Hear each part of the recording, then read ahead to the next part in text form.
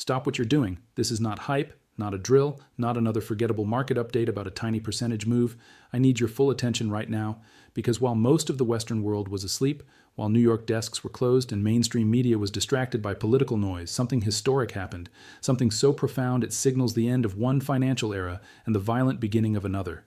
For more than a decade, we've lived inside what can only be described as the everything bubble. Money was free, debt didn't matter, and the fastest path to wealth was buying digital promises, tech stocks, ETFs, and narratives wrapped in buzzwords like AI, data, and disruption. We were told physical assets were outdated, that anything tangible was obsolete in a digital future. But in the early hours of the Asian trading session on Wednesday, January 7th, 2026, that entire narrative collapsed. Silver, physical silver, the actual metal, element 47, briefly became the second largest asset in the world by market value, overtaking Nvidia. Let that settle in. Not a company, not a token, not a derivative. The metal itself surged past the poster child of the AI revolution, a $4.65 trillion valuation. Nvidia, the crown jewel of Wall Street, built on software, chips, and expectations, was eclipsed by something that can be held, weighed, and stored in a vault. A metal that's been mocked, suppressed, and manipulated for decades just ran over the AI god like a freight train. This wasn't a price move, it was a changing of the guard. It was the market admitting that when the debt bubble finally bursts, you can't eat software, you can't build infrastructure with code, and you can't defend a nation with algorithms. You need atoms, you need metal. And silver is reality itself. Look at the global hierarchy now. Gold still sits alone at the top, the ultimate monetary anchor, but silver is now fighting for the number 2 spot, while everything else, Apple, Microsoft, Amazon, Nvidia, the entire tech and paper universe, sits far below. This is the signal the market has been waiting for, the trigger for what can only be described as the Great Rotation. Institutional capital moves like a herd, and for 15 years that herd charged into tech, dumping commodities, dumping inflation hedges, convincing itself the dollar was strong and technology would fix everything. But bubbles don't expand forever. The herd has turned. Trillions are rotating out of overvalued, debt-soaked tech and into undervalued, scarce, essential resources. And here's the problem. The stock market is an ocean, but the silver market is a bathtub. When ocean-sized capital tries to squeeze into a market constrained by geology, it doesn't fill smoothly. It explodes. This is why silver is no longer trading like a commodity. It's becoming a monetary black hole.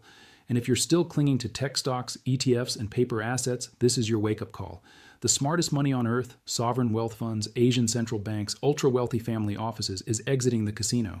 They're dumping digital chips and grabbing real money, not fiat, not dollars being printed into oblivion, but physical silver. This shift isn't driven by greed, it's driven by fear. Nvidia at multi-trillion-dollar valuations assumes a perfect world. Silver is a bet on survival, and in 2026, survival is the only trade that matters. Now here's the part most people completely misunderstand. Despite this historic moment, silver is still absurdly cheap. At around $80 an ounce, many people think they've missed the move. That is mathematically wrong. $80 is not expensive, it's a discount. You're confusing price with value. In 1980, silver hit $50, but that $50 had vastly more purchasing power than today's dollars. Adjusted using official CPI numbers, that 1980 peak equals roughly $170 today. Using real inflation metrics, it's well over $400. That means at $80, silver is trading at less than half of its real all-time high. It is the only major asset on Earth that is cheaper today in real terms than it was over 4 decades ago. Stocks are up multiples, real estate is up tenfold, but silver has been pinned underwater for generations. A move to $200 isn't speculation, it's mean reversion. It's physics. You cannot suppress an essential metal below its real value forever. The beach ball that's been held underwater for 40 years has slipped free, and the airspace between $80 and $200 is empty. There's no resistance, no legacy sellers, no ceiling. When algorithms finally recognize the mispricing, they don't nibble. They buy everything. This is why the psychology of the market is changing from pixels to atoms. Paper wealth depends on systems working. Power grids, banks, courts, confidence. Physical silver depends on none of that. A stock is a chain of promises. Silver is final settlement. That's why capital is migrating out of fantasy and into reality.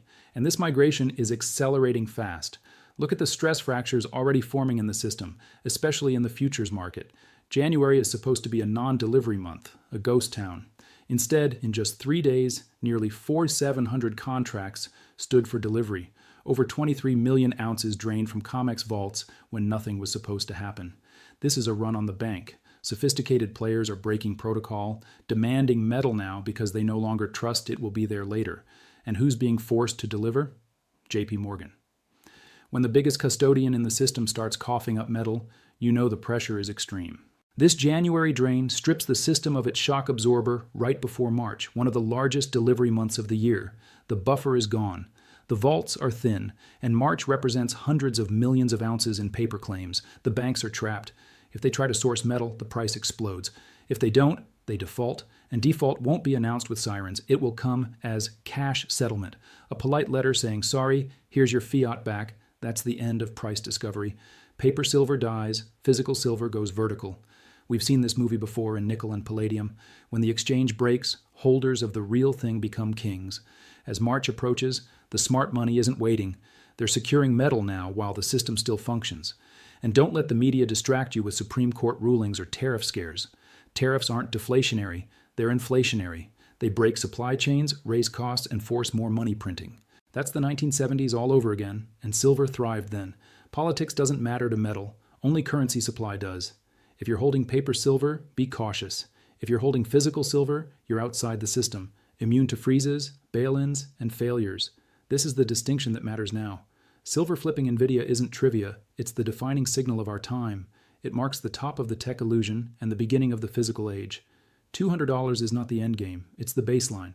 By the time silver crosses $100, the psychology will shift, FOMO will ignite, and availability will vanish. This is the final accumulation window. $80 is a gift, a discount handed out before the doors close. Don't ignore it. Don't let propaganda shake you.